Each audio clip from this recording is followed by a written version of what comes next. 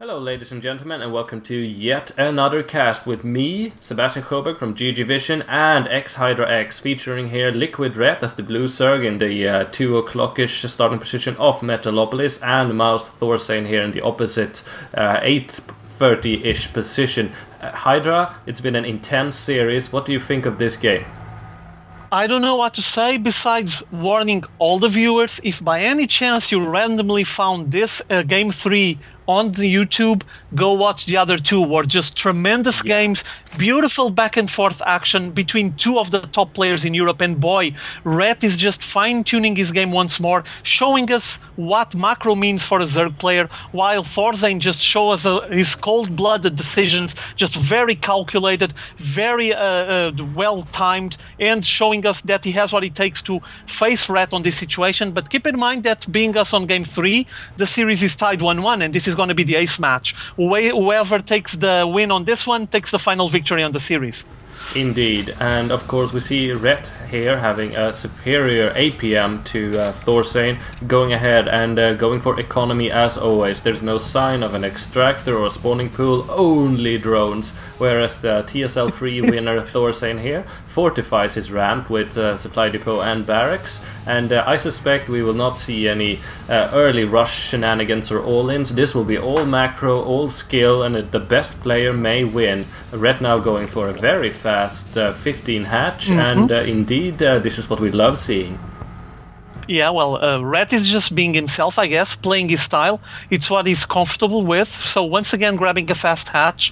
No signs of spawning pool, but I think he's going to start that now.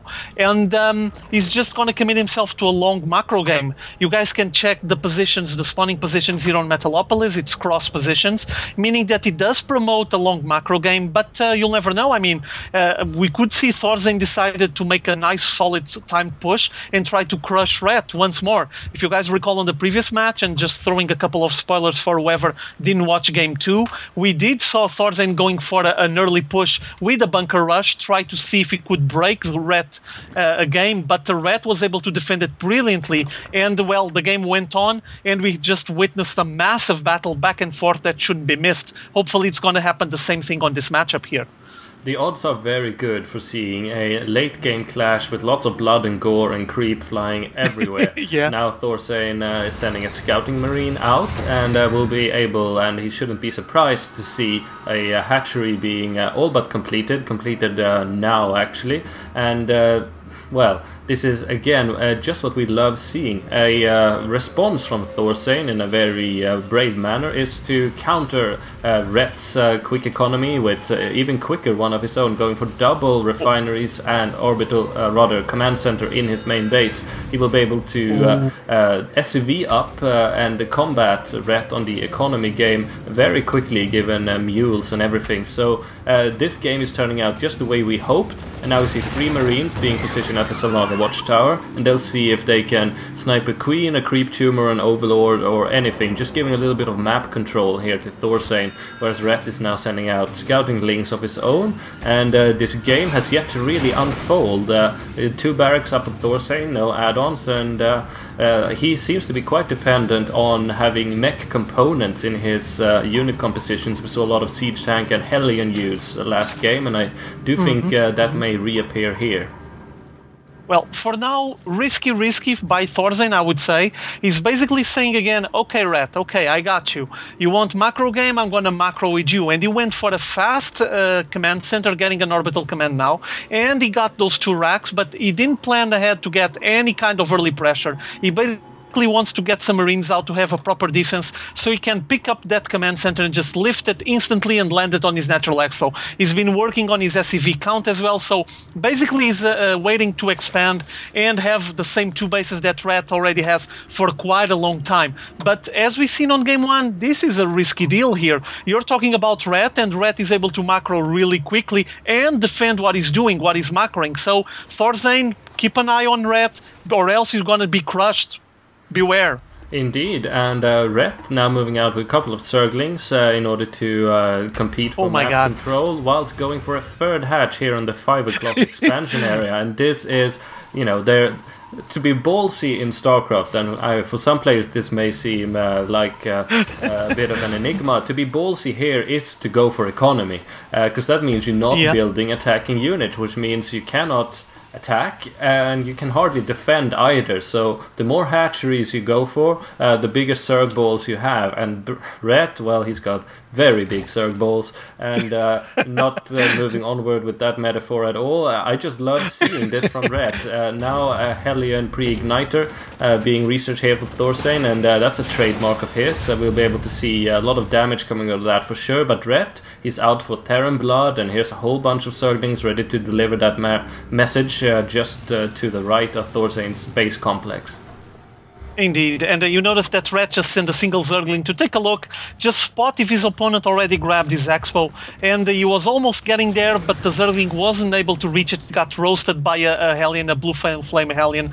But boy, that third base by Ret started at like 6 minutes in-game. It's really fast, really bold and risky, but ThorZaIN apparently for now might be planning ahead to push down south and take a look around, try to apply a little pressure, because as you might imagine, with so many resources committed there by Ret, he won't be having much of a defense, especially because he's sending his Zergling wave up north, and they're going to be on complete opposite positions, with ThorZaIN arriving close to that third base. Will he be able to spot it? Ooh, I guess we're going to wait and see. Well, he does not yet know about the fresh expansion, and he may be well, expecting Ret to do something like that, but Ret will try to make him pull back his forces by going for a Zergling attack, but 6 blue flamed Hellions will negate that. ThorZaIN still hasn't scouted the fresh base, but again it seems like his star sense is tingling and he knows it's there, and Ret will not be able to defend this properly, I don't think, not with the Hellions joining forces with the Marines being able to completely obliterate this base. So Ret's greed once again punishing himself. Well, basically he took a big chance here, and you could see the amount of forces coming down south from ThorZaIN. It's hard to defend. It's hard to defend, especially with only having Zerglings, but boy, that Baneling racked up a big bonus there. You could see that? Ouch, that gotta hurt. Indeed, and actually the Hellions are all but down, they're all very red and low on health, and this Queen will actually be able to kill them. And it seems like this hatchery will stand, these Hellions will be cleaned up as soon as a couple of Zerglings arrive, and sure, Ret lost a lot of forces, but he managed to hold the hatchery, and it seems like he'll be able to take down this SUV, constructing a command center for ThorZaIN, who wants to expand to the 11 o'clock position, but Ret is holding his own and competing about the economy advantage. Now going from Utalisks, flyer attack on the way, and Baneling speed all but finished. This is turning into the game we want to see, Hydra. Indeed, and look, Ret was able to keep his third alive, already has plenty of workers there, far from saturated obviously, but he's working on it, and he's grabbing a fourth, so things are getting really hairy for ThorZaIN because he's still playing out of 2 bases, and considering when will it be the right moment for him to expand with his command center to the third, meaning that econ-wise we're going to have Ret leading the charge by a lot soon enough. For now it's still balanced, still even out, but Ret keeps working on his worker count while he prepares to harass his opponent's bases. Indeed he is, and now we see Mutalisks coming in. They will be able to poke holes anywhere ThorZaIN isn't prepared, and we'll see just how good that can be. It seems like a Medivac is in this big danger of being sniped here, and there are no turrets. There are absolutely no turrets. I'm sure a Thor is not too far away. Yes, a Thor just having been started construction, but Ret, yes, he is now competing for that economy advantage, and he is indeed well ahead. ThorZaIN cannot allow him to get this third base up. Right now he's preparing to land a command center where 4 Zerglings are currently residing. These Hellions will be able to chase them away, but it all comes down to the very same formula that we've seen repeated twice, but with different results. Ret going for that economy game, just taking the damage like a man, bossing it out, and eventually he's in a very commanding position. But ThorZaIN is the kind of player who can negate that with his own skill set. So now the fourth base is up, getting saturated, and well, it's still a riddle who can win from here, but Ret's advantage is extending. Indeed, and look at the Mutalisk wing. It's slowly growing, and it's going to get to a point where it's going to be completely unstoppable. If he keeps allowing Ret to expand, grabbing more bases, and just racking up a big count of Mutalisks, there's no Thors, no missile turrets that will be able to handle this pressure. And for now, as you can see, we have Ret trying to harass as much as possible with some multi-pronged attacks once more, trying to poke at the workers on the Natural Expo, and at the same time with the Mutalisks harassing on the main base. And ThorZaIN is in dire straits here. He's losing a lot of workers, finally bringing his forces down, try to help out, try to get these Zerglings out of his mineral line, but boy, he lost a lot there. And at the same time, as you can see, Ret is getting the half of his map, already getting a 5th base rolling, and soon enough we're going to have 5 base play from Ret. Is this Soren Zerg? Are we witnessing the comeback from what July Zerg was able to use as a staple play back on the Brood War days? Because Ret seems to be heading that way. Tremendous play by Ret. Well, Soren Zerg is the way to play Zerg. That's how you can become a golden mouse winner.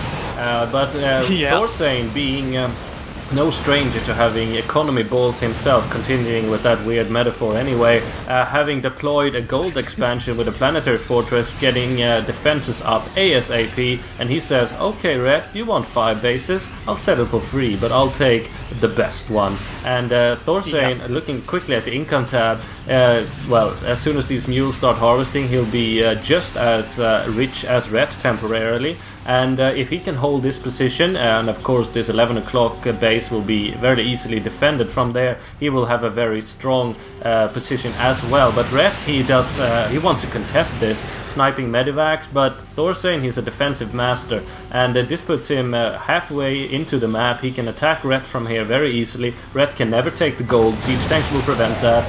So ThorZaIN, he's countering Ret's economy with even higher cards. Well, ThorZaIN is taking a big chance by grabbing that rich mineral field. It's a place hard to defend, but he realized how far ahead Ret is on the base count. So he's just taking his chances and say, okay, I'm going to have to go to the rich mineral field, take my chances, going to make a very well defended position there so I can benefit from the income and get all my mules dropping down there. It's an option, but keep in mind that Ret has been harassing back and forth onto his main base and Natural Expo, and now we're going to see a big blue blob advancing north. Ooh, this is going to be nasty for ThorZaIN. Indeed it will. I see so many banelings building. These are actually 39 banelings building, with now putting a total count of 61 banelings, and here they are indeed advancing north, and this is terrible damage coming in. If ThorZaIN can hold this, he is indeed a boss. This is a heavily defended base. He's got a strong positional advantage, but whether or not he can take it, it just remains to be seen. Ret is currently navigating around. The Terran defenses will go for the soft underbelly, and here they are indeed clashing. Mutalisk, Lynx, banelings rolling in. Baneling! Oh, massive damage done there. He was able to snipe that planetary fortress. Yes, indeed, Hydra. What do you think of Ret's chances now? Well, a big hurt on the economy from ThorZaIN, as you might imagine. If you show now the econ tab, there's a tremendous gap between both players, and now ThorZaIN will have to take a snap decision here. He needs to do something happen really soon. I would advise maybe some drops, a multi-pronged attack to snipe some of those bases from Ret, because Ret is on 5 bases for a long time, feeling calm and relaxed, no harass whatsoever, and ThorZaIN on his side just lost his biggest income source. So time for ThorZaIN to do or die, or else he will gonna die. Look at Ret once again. Yes, indeed, do or die it is. ThorZaIN will do precisely that right here, because he is launching an attack, not the biggest attack, here at Ret's 6 o'clock expansion, and we see a ginormous baneling ball arriving from the north, and that should be able to take out whatever is down here, but of course the hatchery may very well fall ahead of that. Ret seems somewhat preoccupied. And here we see the baneling balls arriving. This is not a cost-efficient way to deal with tanks or Thors, but it sure works. This attack has been negated and the hatchery is still standing. Our player from Team Liquid has been in Korea to gather glory. It's showing why he's a boss.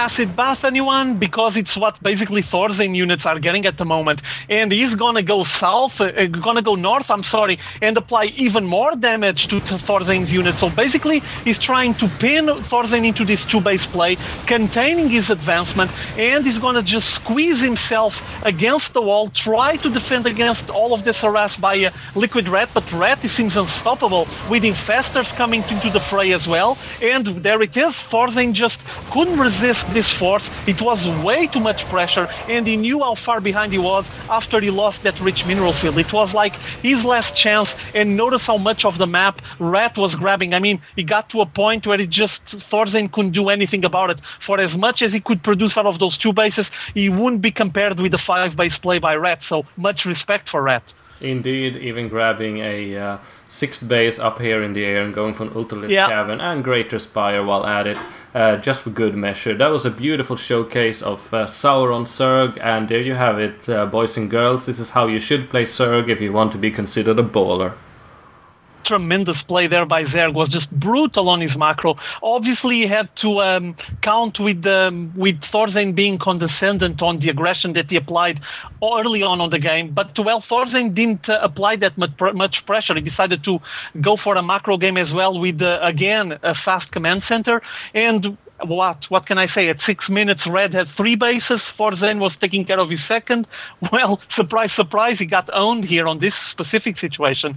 But we know that ThorZaIN is solid, a solid player. I guess he just missed his match here on this best out of 3 series, because Red was on top of his game and showed us why he's one of the best Zergs playing in Europe. Indeed he does, and very well played by both players, but Ret is the victor, and that concludes the Ret ThorZaIN series from MLG Columbus. Me and Hyda will be back casting more games that has been undiscovered by many others, so we'll be bringing you further awesomeness. Next series will be on Hydra's channel, so do stay tuned for that, and GG for now indeed.